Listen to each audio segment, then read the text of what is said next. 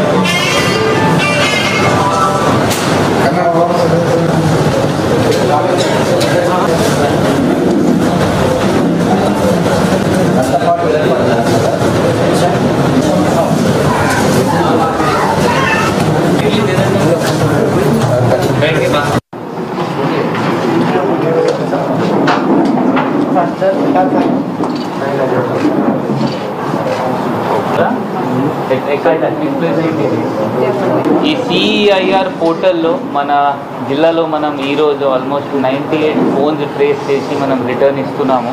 ఈ ఫోన్స్ అంటే తెలంగాణ మొత్తం ఇండియాలో టాప్ ఉంది. ఆ ఫోన్ ట్రేస్ చేసిన తర్వాత రిటర్న్ చేయడానికి ఫస్ట్ ర్యాంక్ తెలంగాణ స్టేట్ ఉంది. దాని తర్వాత కర్ణాటక వస్తుంది.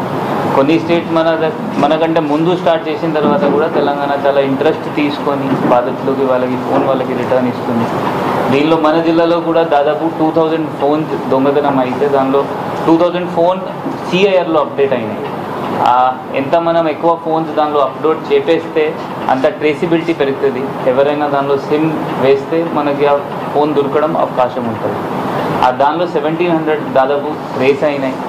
దానిలో మనం ఇప్పుడు ఆల్మోస్ట్ నిన్న డేటా చూస్తే 700 వరకు రిటర్న్ చేసాం. ఇంకా కూడా ఏమైనా 1000 మిగిలినాయి.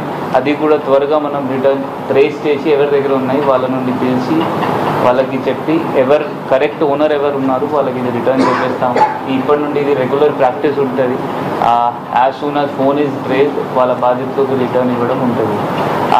జనాలతో ఏంటి అంటే మీ ప్రెస్ మిత్రులతో ఈ సిఐఆర్ గురించి వాళ్ళ పోలీస్ స్టేషన్ వచ్చి కూడా చేయొచ్చు. వాళ్ళ ఆఫీసర్స్ పోలీస్ స్టేషన్లో ట్రైన్డ్ ఉన్నారు.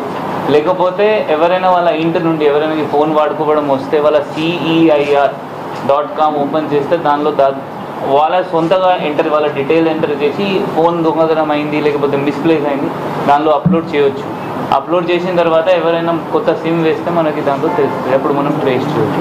సో దీనికి సక్సెస్ ఎప్పుడు ఉంటుంది అంటే మనం ఎంత ఎక్కువ వాడితే. చాలామంది ఇది వాడుకోరు. చాలామంది వాళ్ళకి తెలియని వల్ల చైతన్యం లేని వల్ల వాళ్ళు ఇది ఎంటర్ చేయరు.